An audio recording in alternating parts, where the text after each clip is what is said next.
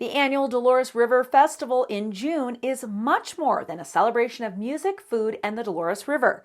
It's also the catalyst for sustainable community improvement projects throughout the greater Dolores area. You're watching the Local News Network, brought to you by Kazee Motors and Fast Signs. I'm Wendy Graham-Settle.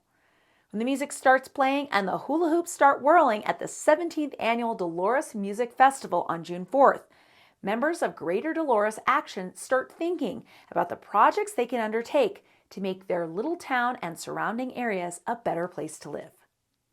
Greater Dolores Action is the sponsor and beneficiary of the festival's proceeds, and it's a grassroots nonprofit that helps area residents with good ideas to improve the community with planning, funding, and manpower. You might call Greater Dolores Action an incubator for good. We're a project-driven organization. We don't have members. People don't pay dues, although we'd love the money.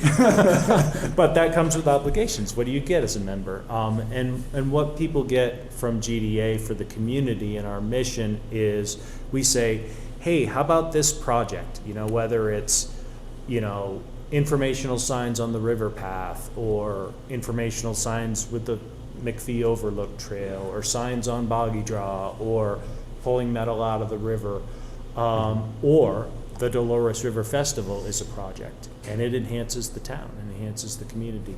So we look at a project, we say, how can we make this happen? What do we need? People, money. We try to get it together, make it happen. Greater Dolores Action began in 1996 as a grassroots effort by local residents who were concerned about the lack of community planning in town. The group wrote a number of action plans to manage growth and preserve the town's historic and small-town character. And one of their first successes was designation of downtown Dolores as a historic district. The group has worked with local, state, and federal agencies to designate 4 non-motorized trails in the Boggy Draw area, provide interpretive signs on the McPhee Overlook Trail and the Dolores Town Trail on the river, remove 12.5 tons of scrap metal from the Dolores River to improve fish habitat and rafting safety, and provide seed money and grants to start a recycling program in Dolores.